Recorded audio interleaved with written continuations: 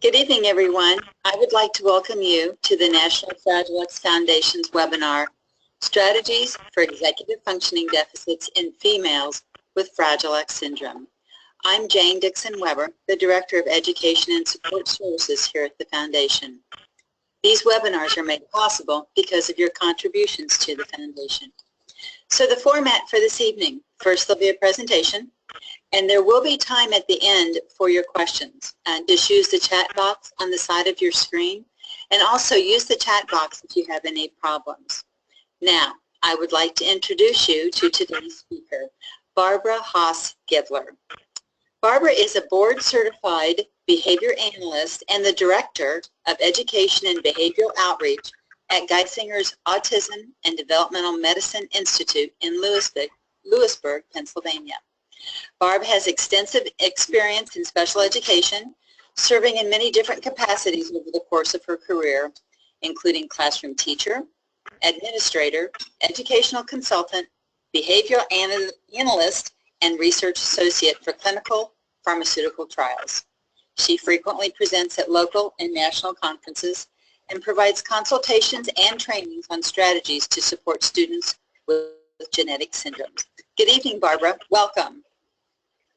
Hi, Jane. Thank you very much for having me here this evening. And in addition, I do have the Fragile X Clinic here, which I'm very pleased to be a part of our Fragile X community. So let's get started talking about practical strategies to address executive functioning deficits. So first of all, we need to understand what is executive functioning. And executive functioning, it's really a set of skills. It's not just one thing, which makes it, a little bit harder to describe. And it's executive functioning helps us to interact with our world in a positive way. It's involved in self-regulation, in self-control, in completion of complex tasks. Really is also involved in understanding and monitoring your own behavior.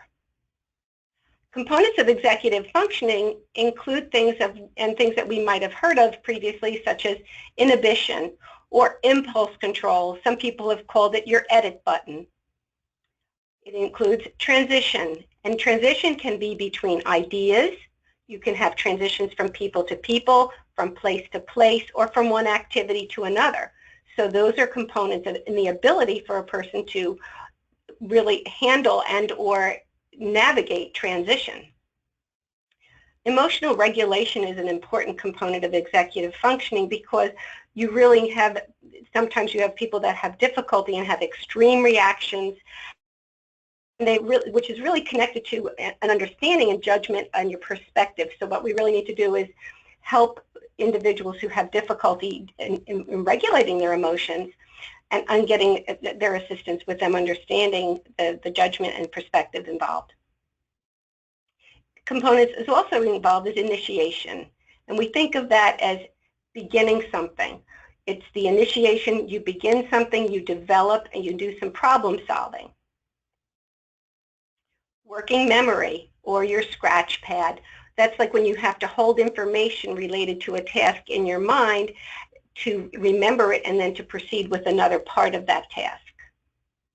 Another component is really the planning and organization.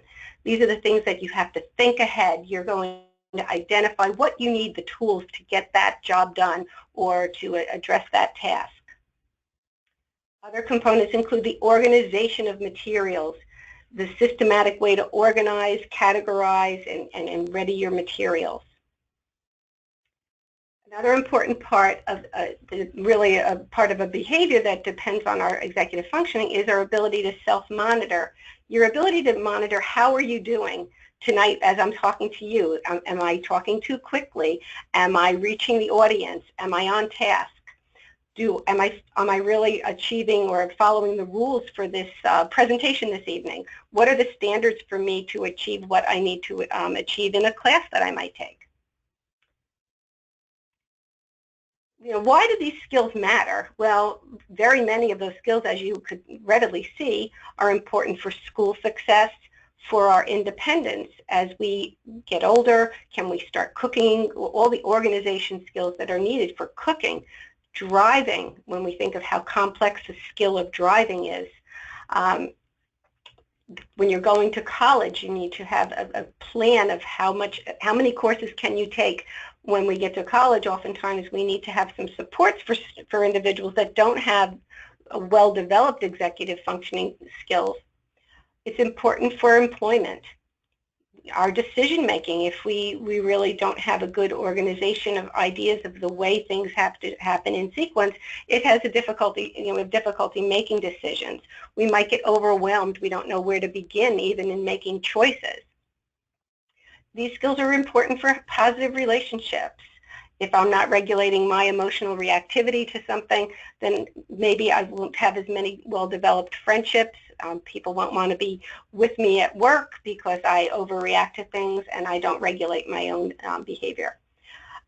With regulating behavior, which goes into that minimizing high-risk behavior. When you see a yellow light and you're approaching and you're driving, you should slow down, not speed up, right? You're going to minimize that high-risk behavior. It's also important for regulating and improving health outcomes. So if you know you need to take vitamins, you need to have to take care of yourself, you have some routine, and you take care of, and you know that you need to have doctor appointments regularly, scheduled dentist appointments. Good health outcomes come from good organization skills as well. This little cartoon says, I wasn't texting, I was building a ship in a bottle. So, he wasn't organized, he was a little distracted there. Executive functioning is developmental. So, we see that there's this trajectory, and when we don't expect a young child to have well-developed executive functioning, and it really peaks, at around, 25, 30. And what we do see, though, is that if you have a child or your child, or if I'm a teacher and I have a child in my classroom, I need to understand where their cognitive and their level of functioning is, their attention and such, because it may be, I may be not being able to reach their level because they don't have those executive functions. So I might have to build the building blocks of executive functioning to create some realistic expectations for my classroom. So generally, like that 25 to 29 is like that peak level. And if it's interesting when you think of it, when you, insurance companies oftentimes, for those of you who have children in the 20 range, as a child ages, insurance rates will change, and they have rates for, because they know that up to a certain age we have poorer developed executive functioning. Rental cars, in fact, won't let a person rent if they're under the age of usually 25, or if they do, there's a surcharge because they know that they're not as well-developed executive skills. One thing that I find that's so important to take into consideration when you're thinking about a person, because these are this set of skills, is that when we see a student in the classroom as a teacher or as a therapist, or when I'm coming in to observe, is it that the child can't do something? Is it that they won't do something? What are the realistic current expectations for that person? What are the attainable goals? So really taking that time in the beginning to assess these things. And what is the motivation? Is the motivation for school success mine as the teacher or the parents? Is it the student's motivation? Is it realistic to expect them to be as independent currently as we expect them to be, or is this a longer range goal? Perhaps they can have better success with less like a smaller class load, particularly going into school, into college for some students, or in the high school level, but with some more supports, and then gradually, increasing the demand for more independent executive functioning. And what supports are necessary. I have some of the parents I've worked with said, the mom said that I'm my daughter's, I'm her central executive functioning officer. I have all her tools to help her be organized and be successful. And in the beginning, it may take that as a teacher and as a parent to have those supports in place, but always with the goal to see where can we start reducing those supports as the person really starts making success with them. Very important is to consider diagnosis and misdiagnosis. Sometimes we'll have parents or staff say, does the student have autism spectrum disorder, ASD, ID, intellectual disability, a specific learning disability? Does a child or adult have some anxiety ADHD, oppositional defiant disorder. But can the child have one of these things without the other? And the answer is yes, but oftentimes these diagnoses they hang out together or they co-occur. So oftentimes you may have a person with anxiety as well as they may have some, oppositional defiant disorder or obsessive compulsive disorder, as you might have a child with attention deficit disorder and they may have some oppositional disorder. You don't have to have more than one, but these are, these are different disorders that have different criteria, and it's not to say you can have one versus you can have the other. The difference, that we think that's really important to understand is that executive deficits are a main piece in attention deficit hyperactivity disorder. So when you're thinking about impulse control, disorganization, you have parents that say, my child wants something and just reaches for it, or, makes a quick, rash decision. The child wants to do their schoolwork, but their desk looks like a mess. They're totally not organized. Difficulty with topic shifting. These are parts that we might see is that they may be under-focused or over-focused. So difficulty, I'm so involved in what I'm doing, I have a difficulty shifting to another topic. You can see how these things can interfere with learning and, with social relationships as well. Difficulties with time management. So if you don't have a good sense of time, it is very difficult for you to think in the big picture of what is an hour or how much time is it going to take me to do something. Time management issues are very important for achieving success in school and in work. And some of us, need different strategies to help to really manage this time, understanding time. Also, sometimes I've noticed that students have, sudden behavior because what happens is that they didn't understand that, they were middle of it. For example, if you're reading a book and you're 3 sentences from the end of that chapter, you just want to finish it. You didn't understand when someone came in and said, come on, let's go, it's time to go. You didn't have a sense of timing. So sometimes you react to something because you didn't understand time. Oftentimes we see, the parents they did 90% of the thing. They only had to do 3 more words or just sign the paper. They didn't complete the task. So that starting a task and not finishing a task is just as important. I've had many students that the children did the homework. In fact, I might have worked in the home with them, and sometimes I've been an in-home behavior therapist. I know they finished their homework. I know that it got in the backpack.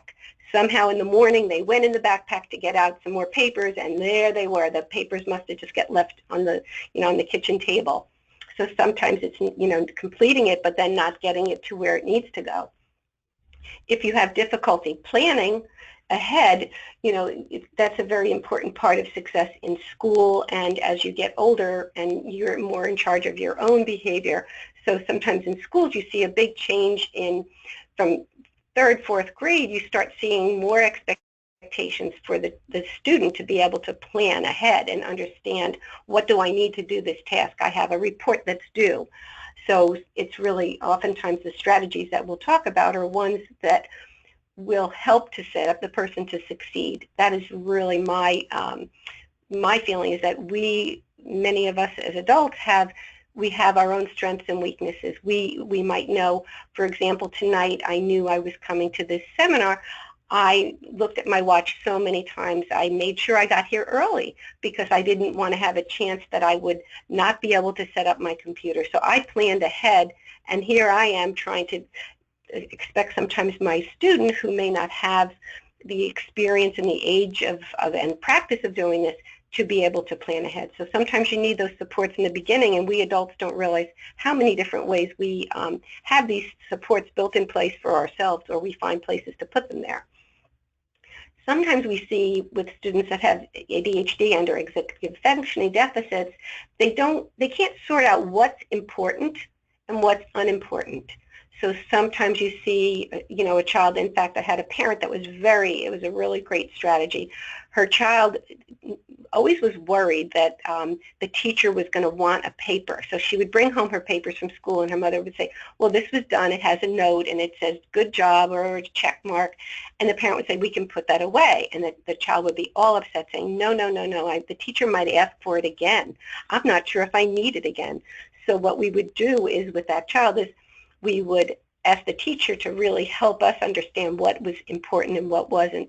But at home, what the mom would do is she had a bin that we would keep everything in it, and then in June, the child knew we could put it all in the recycle, because it was the child's security to feeling that, oh, this might be important, and we really didn't want to discourage the value of her schoolwork, but she had a difficulty with it. As she got older, she started to understand, bring back, return. This is not important. This is important. That can be also as much about many other things, but this is just more about the specifics of schoolwork and paperwork. Sometimes we have to put in the forefront and help the individual understand what's important. So what is highlighted? Helping a child read a question and highlight what is the question asking? What is the important information? Very often people have trouble remembering verbal directions, and it may well be for that person they have to write down those directions as they are hearing them, or jot down a note with it to remind them of what those verbal directions are. And if you think of, sometimes in the schools, as we go through kindergarten, first and second grade, there's talking in class, but there's a lot of physical, hands-on activities. There's interactions, multisensory. As we get into third, fourth, and upper grades, there's a lot more verbal information, and sometimes it's difficult because it might be very quick. It might be with a lot of background noise, and you complicate things by oftentimes a teacher not recognizing that your child can speak and can listen and can understand directions, but possibly can't in the situation where it is about 10 minutes till the bell rings, and all of a sudden they say, okay, boys and girls, now it's time to get your backpacks, and don't forget, tomorrow we have school pictures. Remember to get your envelope. All this verbal information sometimes and might be overwhelming for a person, so we have to have, we can't always expect to remember those verbal directions. This is a place where I see a great deal of the difficulties, is the anxiety and the executive functioning deficits, and where they come together in juncture is that you may be able to use your skills of your executive function deficits and plan and organize and start tasks and complete them, follow directions in a very calm and neutral situation. But as I said, when it's the end of the day, the bell is ringing, those school buses, and you're hearing, it's time to get ready. Those times may be a time that your executive functioning skills are not are more impaired. It's difficult to manage anxious emotions and focus on a task. We recognize this with ourselves. If you're moving and you've got all these things happening here, you've got all these different things to do, you may have difficulty focusing on the task and really attacking, really setting yourself up for a large project. So sometimes you have to break it down for yourself because of the anxiety over something that feels unsurmountable. Highly anxious children and adults, as I might say, may look as they're procrastinators because they're anxious, they have difficulty making decisions. It's that frozen feeling, and I want to do the right thing. So what should I do first? I don't know where to begin. So their anxiety looks like they don't want to start, but it may be that they're somewhat immobilized at that moment in time. Anxiety really does interfere with decision making, and I think that those things that and that's where, as being a behavior specialist and working with children and adults, I really like to try to get to trying to figure out what is interfering, and if it's anxiety, then how do we help that person make decisions, and how do we help decrease that anxiety and help them succeed.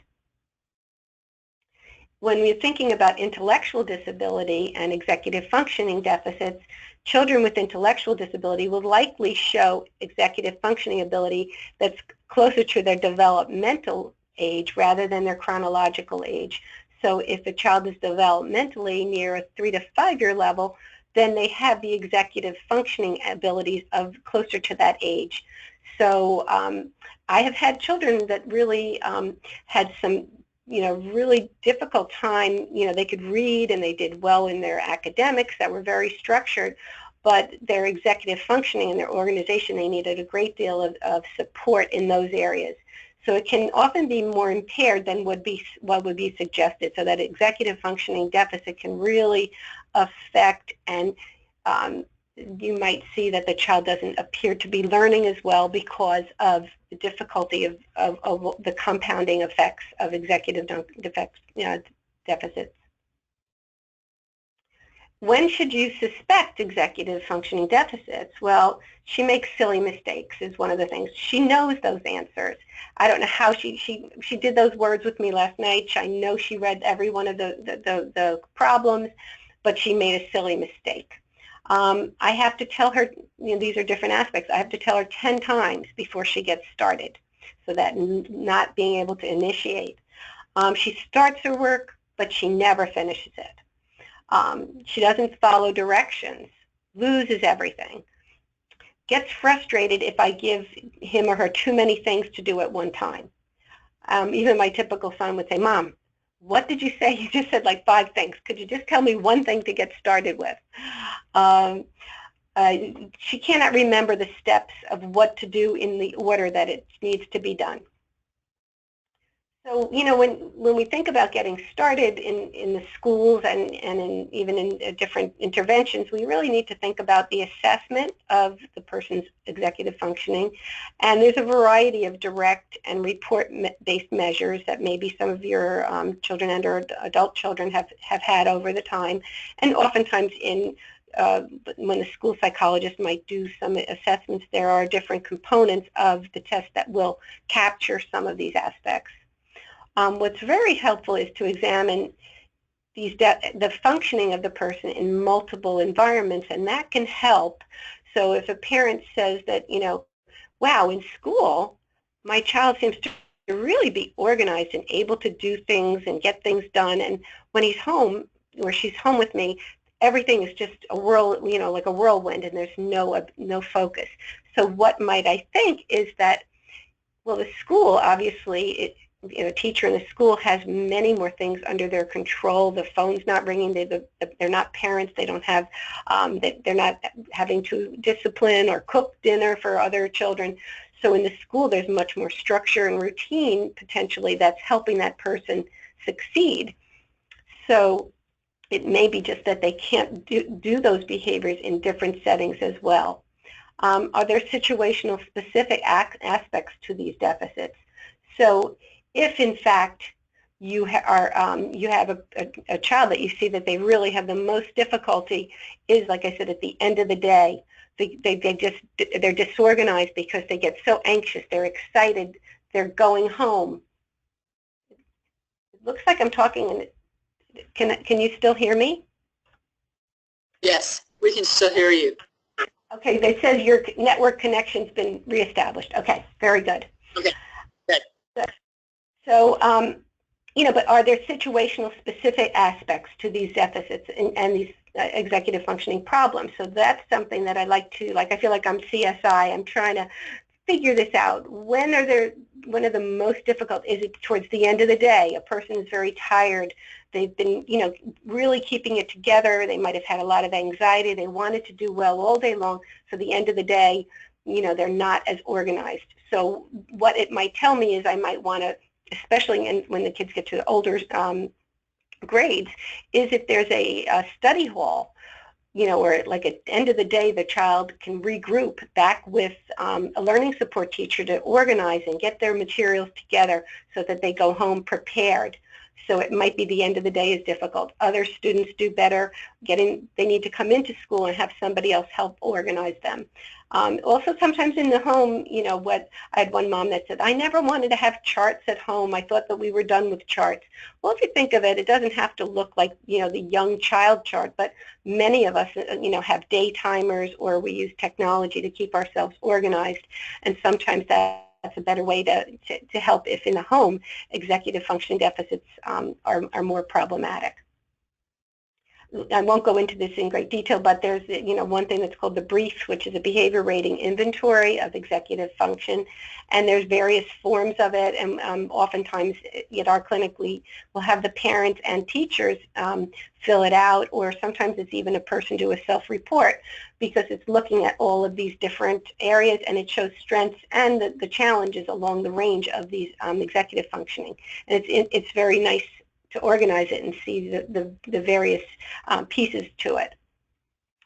What's also important is, like when I talked before, is that to understand the person's cognitive, you would do a cognitive assessment, understanding a person's working memory, that scratch pad, can they hold information in their mind and then apply it into another part of a problem. We often think about like the math problems where there's a car driving 100 miles an hour and he's going, it should be 100 miles and he's riding 60 miles an hour. How, getting that information. So you have to keep in your mind they're going 60 miles an hour, they're going 100 miles.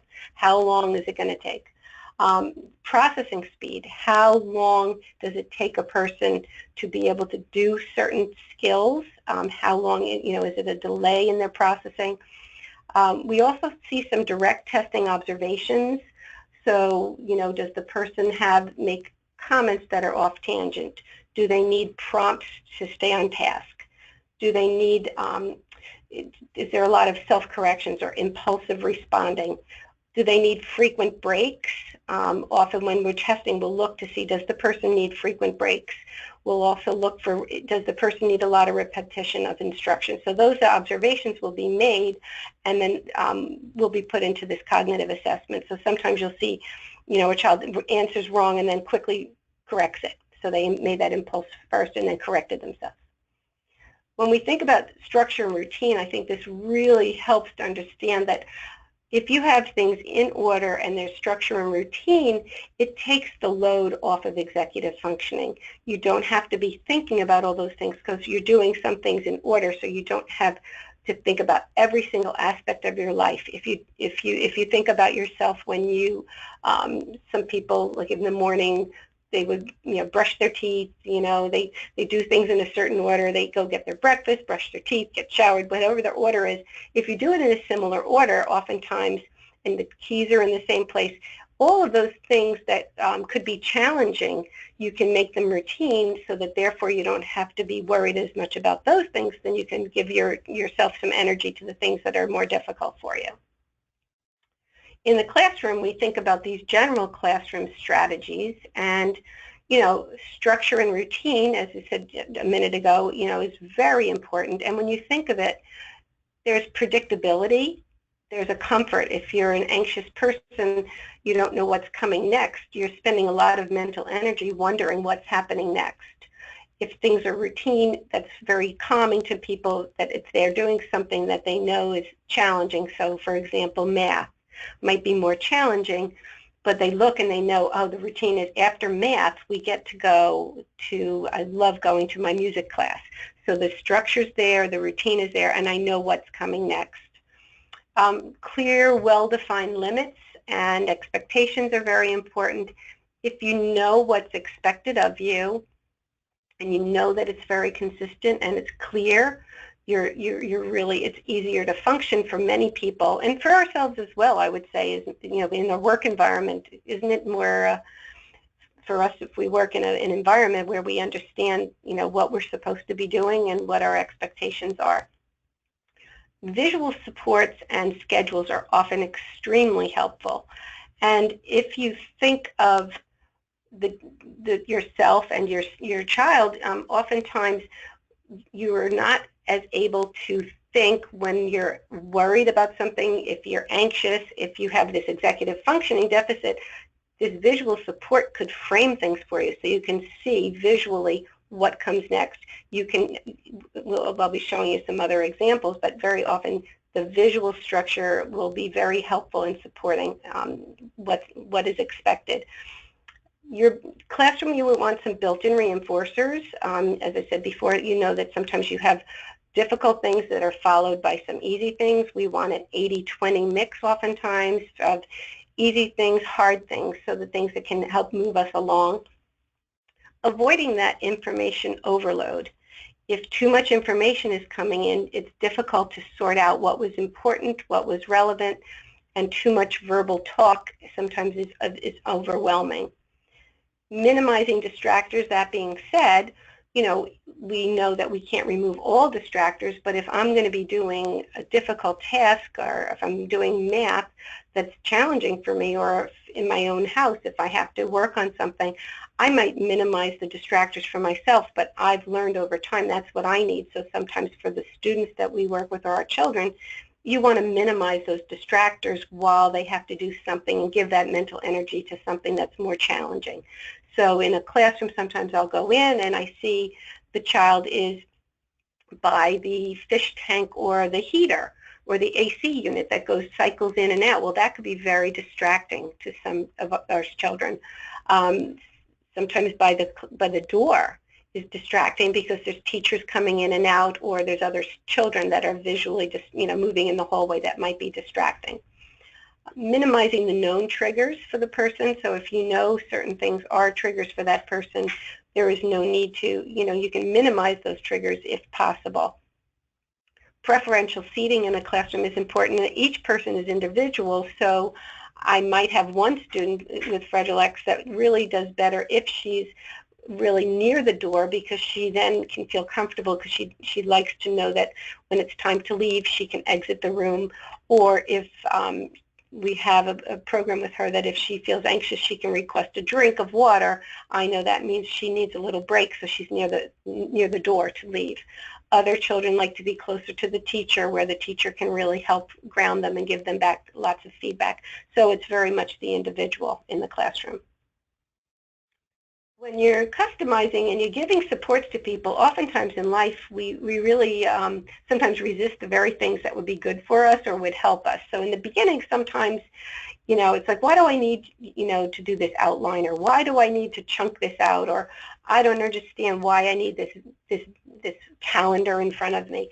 So in the beginning you might get some resistance, but expect that, and then you have to model that it works. So oftentimes if I'm working with a student, or in a classroom, I might say, the students are all like, oh, we have to do an outline, we have to do, let's chunk this out and such. And I'm like, well, look at me, I'm the teacher, look at what I'm doing here. I have a day timer, I have to do my lesson plans, I have to have this. So I model that it works, and this is what helps me when I walk in this room and all of you are in this room at the same time and I need to answer lots of questions.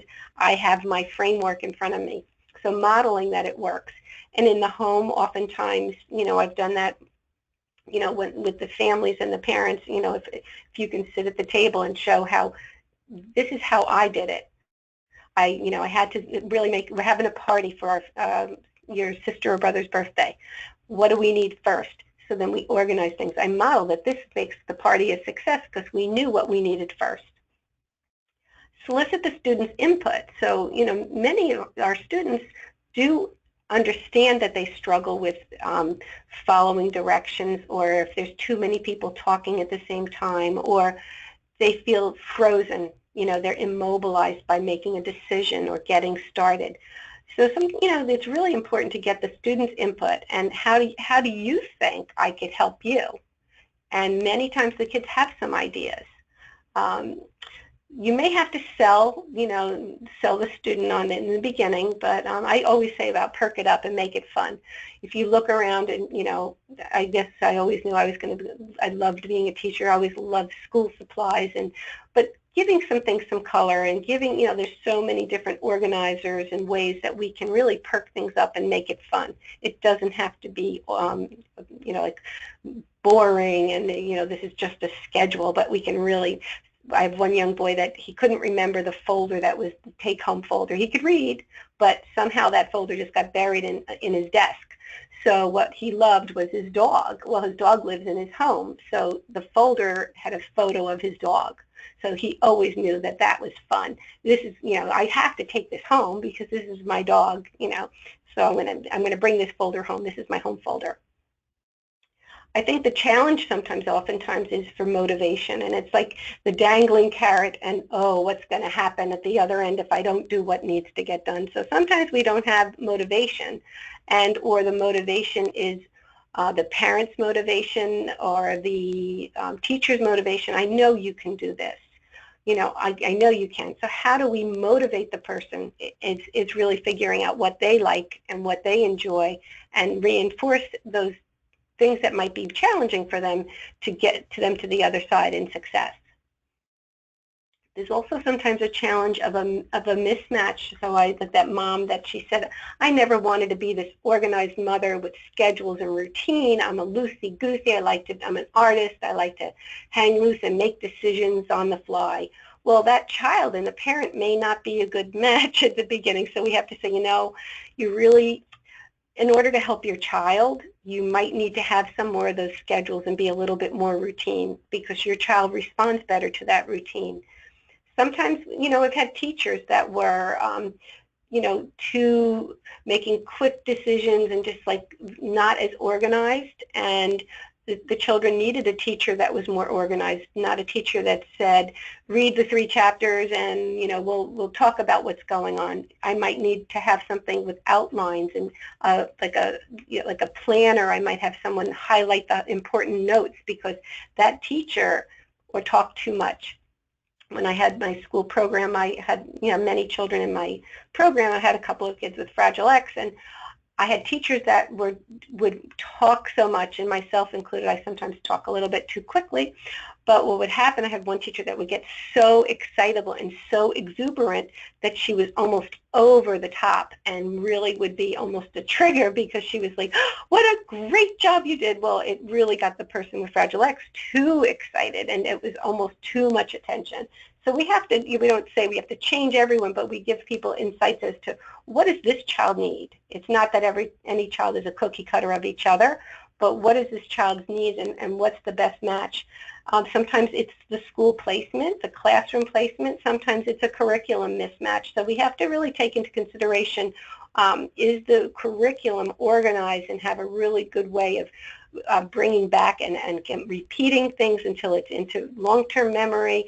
Is it a very visual and a very organized format, not too much on a page? Some curriculum needs, to be adapted.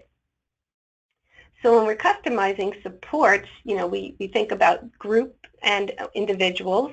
Like I said before, we're going to assess their abilities. Is it a can do versus won't do? And we know that some children really don't want to do things, nor do we always want to do things, but it must be important in the beginning for us to figure that out. We need those realistic expectations. We're not going to just jump into doing a major project in the beginning. We have to, chunk it off and do small projects.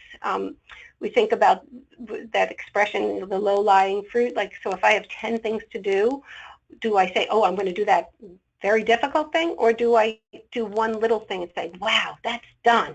I can just know that I got that done. I can do 2 things this afternoon, not try to do 10 things. So helping that person and that child and the student with realistic expectations. We want that just right fit of support. We want it to be enough adult support and some collaboration. So in the beginning, it may be that on a worksheet of 30 problems, you can choose to do 10 problems at first until we know the person can do that. Then we may say some collaboration. I'll sit beside you.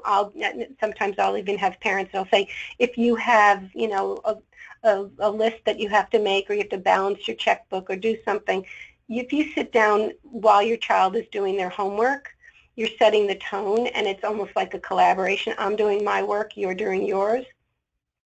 Finding that amount of reinforcement and what reinforces that person. So you might have to put some more reinforcers along the way. So finding that really nice planner book for the child, or finding some really cool stickers, finding some interesting markers. Sometimes all those things really are helping to reinforce doing a task that's a school-based task.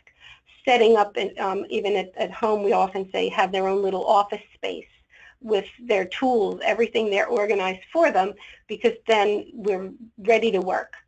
The distractors, keeping distraction to a minimum. celebrating success, really celebrating, wow, you got that much done. Really celebrating and reinforcing that in the beginning we do a task for 15 minutes, but then over time, you're going to have a half an hour without me giving you lots of support. Some students work in the classroom as a teacher, and when we've had instructional assistants, some students like, staff that are more under the radar. They don't like to see the person helping support them, so we try to, tell the staff, don't hover if you're helping out, but be more under the radar for the student. And helping a student understand the value of support. Oftentimes I've had students that really didn't want to ask for help because they felt that it's like an all or none. If I ask for help, people will think I can't do anything. So, understanding that it's okay to ask for help in the classroom or in the home. This was a cute book that I thought described a lot of when we talk about minimize distractors. It's Goodnight iPad, and the book goes along like the Goodnight Moon, but oftentimes we do have a lot of distractions in front of us. But for some people, listening to music while they're doing homework is not distracting. Others need a silent room. I think today we have so much technology around us, so we should really minimize the distractions for some of us. The physical structure and the visual structure is important in the classroom, and like I said, in the home, even if you set up an area that really helps the person if they have homework to do, really help them by being organized, and promote the independence, because if they have everything, the tools they need to succeed, they don't have to stop and keep asking every 5 minutes, oh, do you have scissors or this or that? So if you have everything there organized, we can have some clear, in the school we need to have clear physical and visual boundaries, minimize those visual and auditory distractions, and develop the basic teaching areas. So as I said, in the home, sometimes we have like a home office. Timers are not good for everyone, but also some people really do well with timers. What I always say about timers is though that sometimes a timer means that for many students we've used it that when the timer goes off, it's time to turn off the iPad, or when the timer goes off, it's time to do your homework, instead of saying when the timer goes off, it's time to have dessert or something. So it's not like always that timers mean a negative thing. It depends on the student. Like some people are more anxious because they see a timer, other people are more comfortable with a timer. You really base it on the individual. When I think about elementary classrooms versus high school classrooms, and you think about the demand as a child gets older to understand space, and I think that is why we see some parents or children that say they did so well in K1 and 2. Well, in those areas, if you look at like this classroom, it's a very organized elementary classroom. You know that the rug carpet areas for certain activities, the table, there's the mats. So each area kind of lends itself. You can see what's expected in those areas. When you get to high school, there's less of that visual, very stimulating and or organized space. It's more listening to the teacher. So there's a lot less physical and environmental structure, as well as there's going to be more auditory input.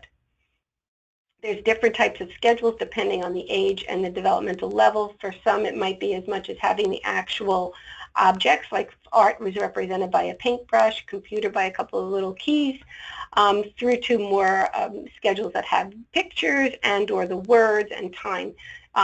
Very many different types of schedules. I also see, as the child gets older, we also sometimes would use a day timer from your standard, from Staples or such, and then what I would do is possibly put some Post-its on it. On the left is one that I've done, and it was like color-coded by subject, and as the day went on, the person took those little Post-its off, and they could see their day progressing. On the right is more of a schedule of activities, and it's a choice schedule of you're going to be doing these 10 things in an hour. You can choose as to what you do first. So that would be more of a different type of a schedule. This is a schedule that helps a person understand the sequence of washing their hands. We talk about inhibition, and in children and adults that have difficulty with inhibition, they're the people that are calling out, or me first, or not, that they don't have that edit button, so they say everything that's on their mind, and they're not listening to others because they're busy talking, and they're out loud because they want to be heard. There's sometimes the kids that can't read silently. So they read, but they have difficulty with what we talk about whisper reading or reading to yourself. Some of the strategies for inhibition and impulse control, some of the schools use put a marshmallow when they're walking in the hall. Make believe you're eating a marshmallow because it's quiet and we're going through the hall. Putting up a visual on the door, do not disturb, even in our offices, because people see a door closed but still might open the door. I have a note on the door that, I'm on a conference call tonight, even though, there's only a handful of people in the building. A couple of the kids had difficulty waiting in line. Well, waiting in line is sometimes very tedious, especially if, you have a very difficulty inhibitions and impulse control.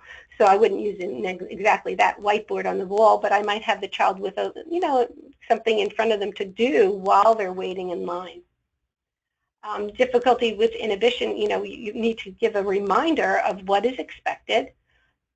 Give jobs that support it. So, for example, check off the classmates, taking attendance while you're waiting in line. Check off how many people have handed in their homework. A visual reminder on the desk. We talk about a talking stick. So I'm going to be talking. So here's the stick. I'm going to pass it to Bobby. He's going to have a turn. Then Samantha's going to talk. The person that's got the stick is going to be the talking person, and the other person's listening. So sometimes we do things like visualizing schedules. So it's like pause. Put a pause on it, or volume control. We're going to, turn down the volume. We may have schedules for the activity so you can actually see how much time you're going to be on that activity so that you're not impulsively asking, what's next, what's next? Self-monitoring or a contract is often important. For some kids, it's that they are challenged that I was in class, and so we might pick a time that we know that they could succeed with. So let's say it's for 10 minutes without calling out. So then they have a chart in front of them that we work on together, and the child looks and can see that they were quiet for 10 minutes and didn't call out. They were kept to themselves. We really see some progress with that because that's putting the control on you, and you're competitive with yourself. Difficulty with shifting. Some people seem to be rigid. They have difficulty changing from one thing to another.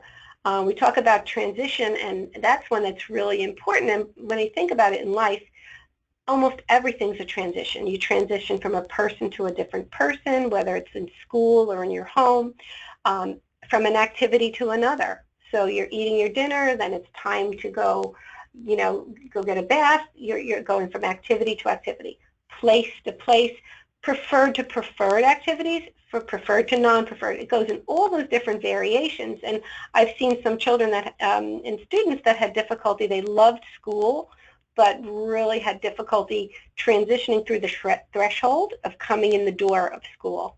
They loved to go home, but difficulty leaving to go on the bus. So it was the actual shifting from one thing to the other, so that too focused on one thing, difficulty leaving it and going to another. Sometimes it's because they liked what they were doing and didn't want to shift to something. That also happens. These are the people that have difficulty with change. And I love this one, that not everyone likes surprises. Surprises are not always for everyone. Multitasking, this one, there are limits to multitasking. So many things, so many times we try to do too many things at the same time. And what happens oftentimes is really, we're not as productive as we think we are. We might start and stop 4 different things. So sometimes we need to say, let's focus and get one thing done. So strategies for shifting and transition would be the visual schedule, sometimes a clipboard and like a check-off board, rehearsing things, the order. First we're going to do this, then we're going to do this. Let's practice. Someone comes in and says, it's time to do this. Let's practice what we're going to do when there's a change. When we have, some children have difficulty when there's a substitute teacher, and having been that substitute teacher. So what do you do when you have a substitute teacher? We might have some people that'll help the teacher know our rules and routines, so you're engaging the kids to be better receiving of that change. We often say, if we were doing a schedule, we could put a question mark or something that represents a change-up or a surprise. So, and also teaching that not all of these change-ups have to be negative. sometimes we need the preferred adult giving that direction or request. So I had one of my teachers, I had like 10 teachers, there were 2 guys and 8 women in an elementary program, and most of the kids absolutely adored my men teachers. So I would, if it was a difficult task or a request sometimes, or even during fire, planned fire and evacuation, I would have, one of my Mr. Tim come and grab a couple of the kids from the classroom and say, come on, we need to come outside. Help me outside take attendance during this fire drill. So sometimes creating jobs that move the student along. I had a very creative teacher and staff working with a young woman who really loved school but had a difficulty coming into the school and walking down to her classroom, even though she was really capable of it, but her anxiety was really interfering. So we gave her a job. She stopped in the office, she picked up things for the teacher, she felt good because it was a real job and it really had value, plus it gave her a role to do, which helped move her along. Pre-specified reinforcers, after this activity, we always have this, maybe if you like computer or we like music, these are the things that are going to come. We always have these, like sometimes it's break time, so we have those reinforcers. For some people, transition helpers are helpful. Others, it might be more interfering, so we have to monitor that. But they can be fidget toys. I often said some people that like to fidget, sometimes it will distract themselves or others, so we have to take that in consideration. Transition, some of the things about transition, what's happening is the person might say, I like what I'm doing and I don't want to change. That's one way. It might be, I don't want to stop because I may never get the chance to do this again. So this is trying to put the perspective of what that person is or student is feeling. So if your student or your daughter says, I don't like to stop immediately. I like some preparation. So that 2-minute warning, or after you finish that chapter or after the next commercial, giving the person some preparation really helps them, rather than turn off the TV now, let's go, stop now. That helps, so you're giving that preparation. I need to know when I can come back to this activity. So it's not the end of the earth. You can come back and go back and do that activity. First, we have to go take your sister to gymnastics, or we have to go to the supermarket. When you come back, you can go back to that activity you liked. Sometimes we forget to tell that to some of our students about, so they think that it's over and they'll never get it again. Sometimes it's I don't like what's happening next, so we have to show that, first this, next this, but then there's other good things are coming around the track. That's where that schedule comes in handy. I don't know what is going to happen and where I need to go, so that, especially when students transition to middle and upper school and go into college and work environments, it's that really we need to help them understand what is going to be happening, giving those supports to succeed. Emotional regulation difficulties, we see that 0 to 60 response, quick to yell or cry or withdraw.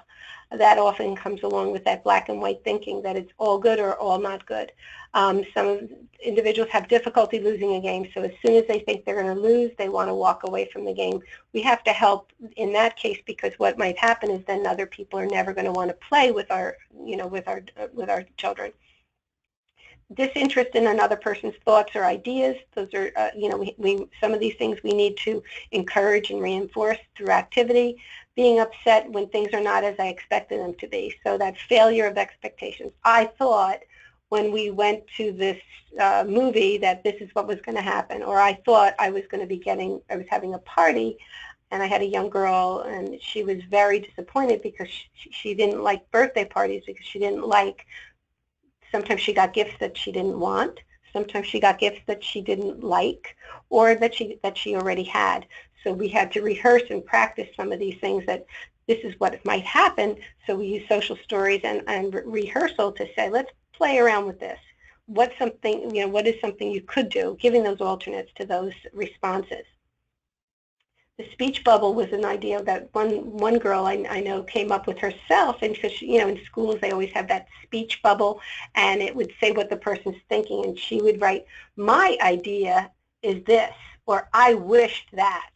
So she would put in that speech bubble what she was thinking, her ideas, and she wouldn't have to argue as much, because she got into difficulty with another child because she had an idea of that's the way something should be versus another, and she had difficulty communicating that. So she would say, I wish that. it was this way. So she created this speech bubble herself. For emotional regulation, as I mentioned, social stories and social thinking, Carol Gray and Michelle Garcia-Winner have some really great activities around those things. Those social stories help rehearsal and role play of all aspects of winning and losing. Video modeling I've used, and it's been very helpful, and giving that positive feedback. So I videoed a couple of kids in their home playing a game, but what I could do is I could then, and they were like, Mrs. Givler, you know, we're really behaving nicely because you have the video on. I said, that's okay, let's just do this, come roll with it with me. But what happened was then when I show the video back, I could say, look, you looked at your sister, you gave her the puzzle piece, you didn't get the roll that you wanted on the dice, but you handled it. So giving that positive response and that positive feedback. Surveying the student about what they like and what frustrates them, oftentimes soliciting that input. Many of our young girls and women have ideas of what their preferences and their frustrations are, so let's get their input and help structure things to help them succeed better. In schools, you know, we have indoor and outdoor recess, and sometimes that's the time that they pull, like, where's the adult support then? Because recess, and you know, is a very difficult time for some students to navigate. They want to engage with the other students, maybe they don't know how to get started. So what we might do is, separate from the recess, is figure out what games are kids playing. Are they doing, you know, 4 squares, or what's in with the kids? Let's figure it out, and then we can give that support in both indoor and outdoor recess of, like, we know there's one girl that really loves animals, so there's another student that has several pets. So let's have them together talk about pets. So sometimes we do this social engineering. Initiation, I think that getting started with things, and even for us as adults, sometimes it's difficult to get started with things that are challenging. And I like these two. It's like, keep calm, this is just the beginning, and the secret of getting ahead is just getting started. And some of those mantras and those the thoughts that we do with ourselves, the self-talking, helps us get to the other side. And that's what happens with some of the social stories. It's, you know, the only way around it. And the little girl looks at me, she goes, is through it. I know, because we talked about that. Strategies for initiation would be prioritizing, chunking, visual planners. Many of these things I just said. The mantras is, how do you eat an elephant? One bite at a time. The only way around it is through it. How do you start a journey? Many of these things that we use, we can help with our young women and help them, the young girls, to understand their feelings and help them to better understand the perspective of others. Building in those reinforcers, that behavioral momentum. Action precedes motivation. So oftentimes, you know, like, before you get, you know, you don't want to start something, and all of a sudden you notice you did one thing, you did 2 things, and all of a sudden you realize you're really moving along. So that action precedes that motivation. It gets you going. The built-in reinforcers for me is, everyone that knows me knows that I love my Starbucks coffee. So I will, you know, tonight it's getting a little late for me to have a Starbucks. I think I had enough of my Starbucks, but oftentimes I'll build that reinforcer. After you do this, Barbara, I will let you do this. You know, we say these things to ourselves, of course. Organization, if you're ready to begin but don't have any idea, you feel overwhelmed, you don't feel motivated. Sometimes it's hard to see the long-term vision versus the short-term. You know, the negative reinforcement, we do a lot of things to get rid of those negative feelings. We're anxious, so we want to get rid of that feeling. So let's help get started, because if we get things off of our list, then we're not feeling anxious about it. So getting started is oftentimes the place. So helping student organization. Timers, organize many of these things I started with, talked about before. One of the ones is start with the end in mind. I think that's a very important place in school and in schoolwork, for even with goals. You know, what do you want to do this summer? You know, I would like to, you know, to learn how to swim. Well, where do we start? We'll start with the end in mind. Color coding subjects and folders for schoolwork, school lockers organized, at home, that home office, desktop and tools ready. Homework reduction oftentimes is necessary. If the person understands it and knows it, can they do just enough homework because the day has been very long? And we might also, like, you know, at home, even some students are better when they come off the bus to get their homework done right away. Others are better off if they go home and take a break and then get back to work. You have to go with the individual. What does a clean desk look like? There's the organizers. I always laugh because my daughter would love to go to buy all those locker organizers. She really didn't need it. Her locker usually looked like that, but her brother hated those organizers, and his locker would look more like that. So, but don't let it get overwhelming. That's another place. I have one teacher that I really liked it. Every week, every Friday, the students would go through their lockers and go through their desks just as a routine, because otherwise it gets overwhelming when there's too much going on there.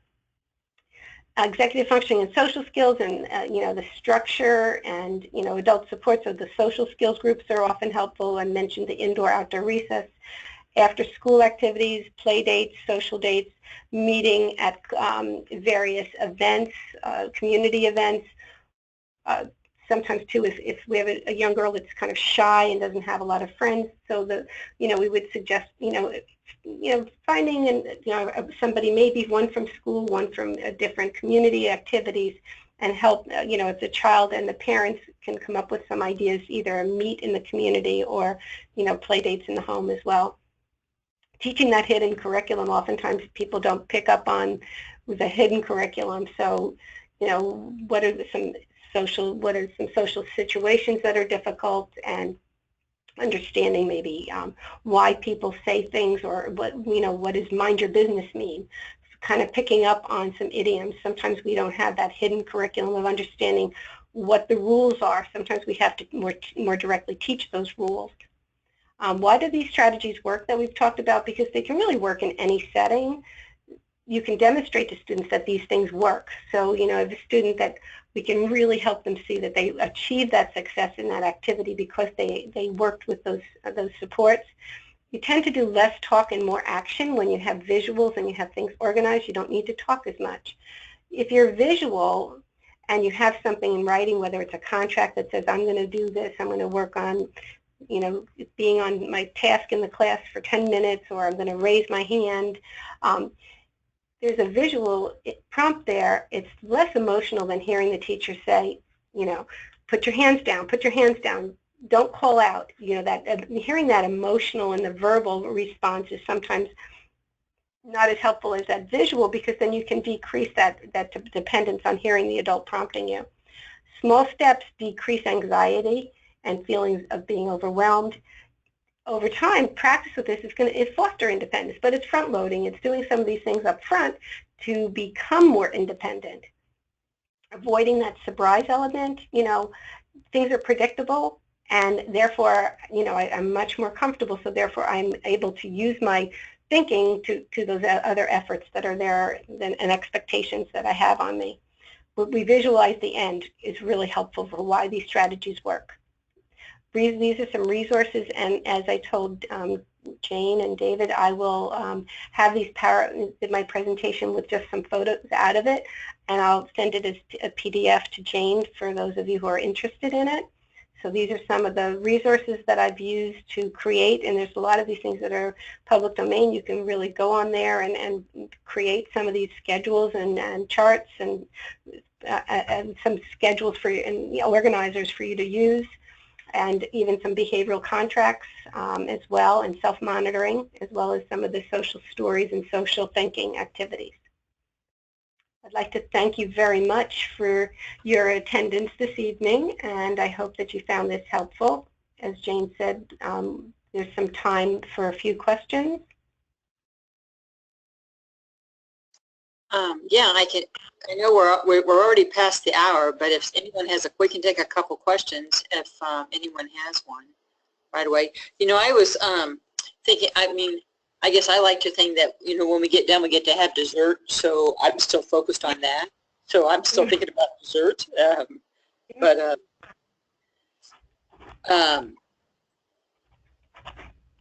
Let's see. So Barb, can you tell me a little bit about what you've seen? You talked a lot about visual schedules, and sometimes I know that teachers run into it that, oh, they're so successful they don't need it anymore. What's been your experience with continuing the use of visual schedules as kids age? I'm so glad you said that, Jane, because I have seen many kids all of a sudden I'm getting called in at a middle school or high school because they're having behavioral outbursts, or the person's not handling things, or they're anxious, they don't want to go to school, they're immobilized, and or there's behaviors that are emerging that haven't been seen. And what it is that these visual structures, I think, are helpful as a lifelong, but they don't always have to look like big charts and sticker charts, but they can be modified and grown up as the person gets older. I always think about, even like myself, when I go to the Fragile X conferences, I've seen the schedule. I know when I'm on. Do you know how many times I might look at that schedule? I might have looked at that schedule like 5 times in an hour to remember what time. I need that visual to help support me, because when I'm not as organized or I'm anxious, I'm trying to stay on track. Those schedules are very helpful. I saw an adult with Fragile X, and I was so pleased to see that they had a nice visual for him and in his work environment, and he could see where he was expected to go next, and it was very helpful. So oftentimes I think they say, oh, well, it's just like saying, you don't need your supports. Well, look at how many of us use supports. We use our organizers, our day timers, how many people use their cell phone to call home and remind themselves of things.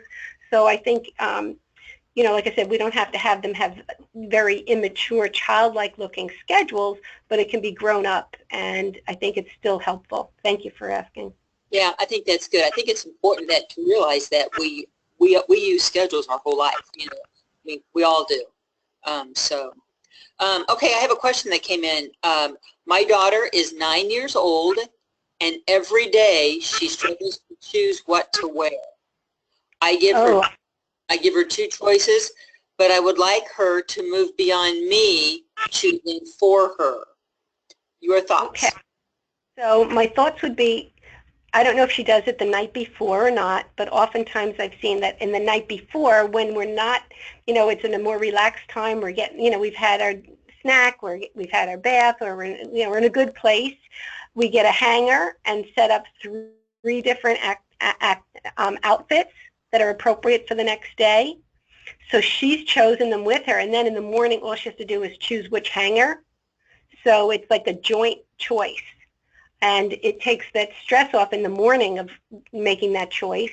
And if she can do it in a less challenging time of day, it might help her. But setting it up the night before. But when you think of it, it's oftentimes, I've had a little girl that, with Fragile X, that would say, Miss Barbara, you pick. And I'd be like, which marker? I only have a blue marker and a red marker. Which marker do you want? Which marker do you want, Miss Barbara? Because I don't want to make a mistake. I don't want to pick the wrong thing.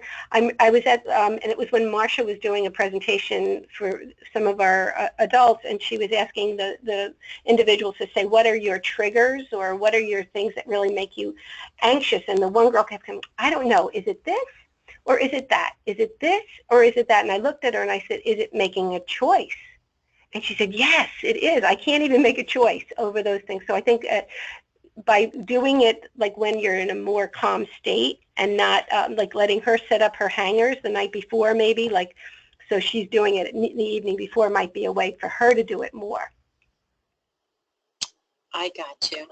I was thinking too, because I remember talking with my daughter, and it was, when trying to decide and it was like, okay, well, tomorrow you have, I'll say, PE, and so you might want to wear pants tomorrow, or some sort of leggings, and then you could save your dress for Friday. Right. To say, like, why would I want to wear an outfit over another on a certain day?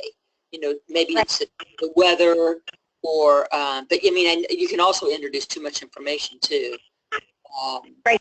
And that's why sometimes, like, you would be the night before, because also we know today in the schools, oftentimes they have like day 1, 2, 3, 4, 5, and different days are, like, it really is pretty complicated sometimes in schools, like what day they have different activities, like you said, a gym day versus a field trip. So the night before, picking out a few outfits that are appropriate for the next day. And then if also you're going to get resistance because somebody likes to wear a certain outfit all the time, you're dealing with it in the evening before and helping the person to say, well, this will be, and then she wants to wear her sparkly mermaid outfit. Well, you can wear that on Saturday. So you can show that it's coming. It's just not tomorrow.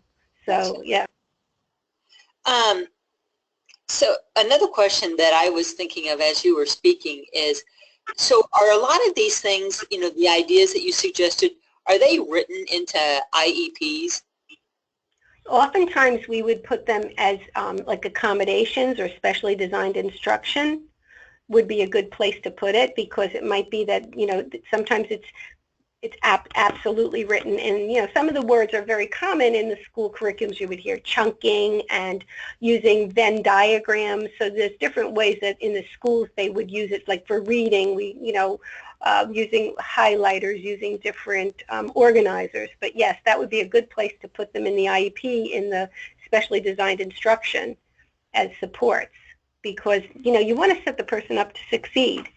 And, you know, sometimes the way to get more independence is more support in the beginning and then gradually decrease your supports, rather than try with no support and then have to add supports. So sometimes you need to come up with these accommodations and then gradually decrease, you know, the amount. You know, I think because we've gone over, and even though I know we still have a lot of people listening, I think we'll go ahead and close it here. But I will be sending, I will have a PDF of Barb's presentation, and so we can send that out if you're interested. But I want you to contact me if you have any more questions, and then I can, forward the questions on to Barb. And my email is Jane. It's JAYNE @FragileX, all one word, .org. Jane@FragileX.org, or you can get on the website and give me a call. And so we'll get more information out to you. We'll get your questions answered. And I think that, I know that Barb mentioned it a couple times, but she is available to go into agencies and school districts for a fee to do some consulting. And so depending on your situation, you might consider doing that. Oftentimes they want the school districts or the agency to be contract for that service. Oh, I see. Okay. But I would like to thank you, Barbara, for sharing your expertise with us. I found it fascinating. This is one of the first times I know that we've done a webinar on young ladies, and so I hope that the listeners have found it informative. And then as a registrant to this webinar, you will receive a recording of this in an email in the next week or so. It will come from David, I believe, and it will also be on YouTube within the week. Before we sign off, I want to let everyone know that these webinars are made possible because of your contributions to the National Fragile X Foundation, so I hope you'll consider making a contribution at fragilex.org. The next webinar will be on August 10th, and it will be on research and clinical trials from start to finish and everything in between. So watch your emails for more information and registration for that. And then, Barb, before we sign off, do you have any final comments or anything that you would like to end with? No, I'm good. I'm good, Jane. I said I had to work on my executive functioning to try to keep this within almost an hour. So I think I did. Like I said, we all adults, we try to put on the thinking cap on what works for us and try to help us to organize and help our young ladies as well. It's outstanding. Thank you. Yeah, I learned some things that will help me help my daughter. So, so thank you so much. And with that, I will say there you have it. That's July 6, 2017. Thanks, everyone. Have a good evening. Good night. Thank you.